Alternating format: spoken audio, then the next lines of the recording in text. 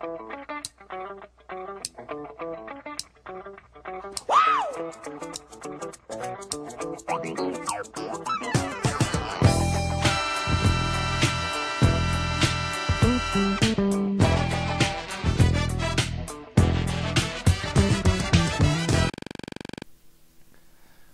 World War I, the European nations were in debt.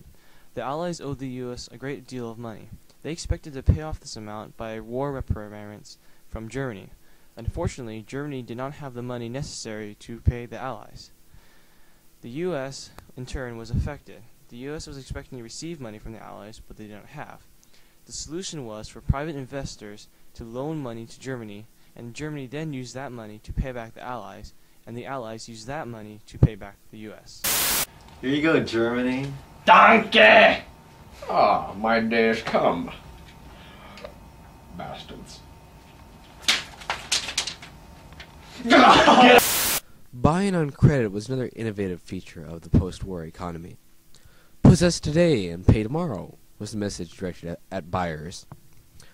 Once frugal descendants of Puritans went even deeper into debt to own all kinds of newfangled marvels, refrigerators, vacuum cleaners, and especially cars and radios. Now, prosperity thus accumulated, an overhanging cloud of debt, and the economy became increasingly vulnerable to disruptions of the credit structure. And that, and all of those, and that, and all of those, and that, and that, and that, and that. Will that be That's cash or credit? Credits. Speedy marketing of perishable foodstuffs such as fresh fruit was accelerated. A new prosperity enriched outlying farms as city dwellers were provided with produce at attractive prices.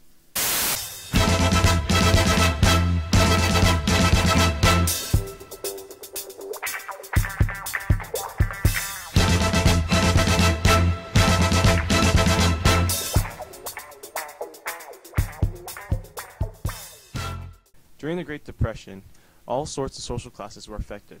The middle class, upper class, and lower class all ended up losing their homes. While some of them became out unscathed, the majority of them lost all homes and any money they had on them. Those that made it out led relatively normal lives, while those without homes were left to form communities called Hooverville communities. These communities were built out of metal scraps and shacks, and they were quite poor. The production of the automobile greatly affected the train industry because they made travel much more affordable and unique. Illegal bars, dubbed speakeasies, were popular during Prohibition. They were often gangster-related and proved to be the thorn in Prohibition's side. Highly alcoholic beverages, such as moonshine, became popular due to the difficulty of transportation during Prohibition. Worse yet, other homebrewed beverages began popping up like mad, some of which proved to be fatal. Dear sir, I believe you stole my meat. May? Damn, that'd be fighting words. Best take that out back.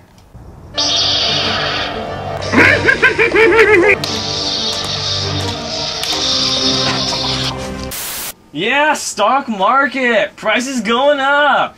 1920. Nah, damn it! Business people, economists, and politicians expected the recession of 1929 to 1930 to be self-limiting. They expected workers with idle hands and capitalists with idle machines to try to undersell their still at work peers. Prices would fall. When prices fell enough, entrepreneurs would gamble that even with slack demand, production would be profitable at the new lower wages. Production would then resume.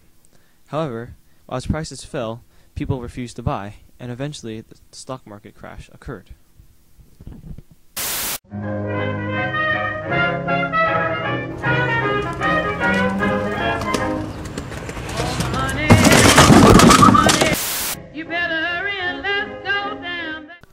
Mellon pulled the whistle, Hoover rang the bell, Wall Street gave the signal, and the country went to hell, was the jingle of the time. 4 million workers were jobless by the end of 1930. In just 2 years, it tripled. 5,000 banks collapsed in the first 3 years, which led to the loss of tens of thousands of ordinary citizens' hard-earned dollars. FDR greatly boosted the morale of the populace during the time of the Great Depression. His idea of the New Deal may have been vague, but it was what the public needed in order to boost their spirits. Eventually, his projects would come to creating and fortifying America's industries, in opposed to Germany, where they were creating wartime products.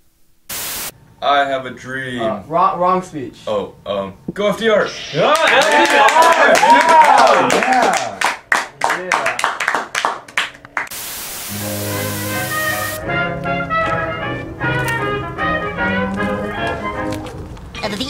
That's all, folks.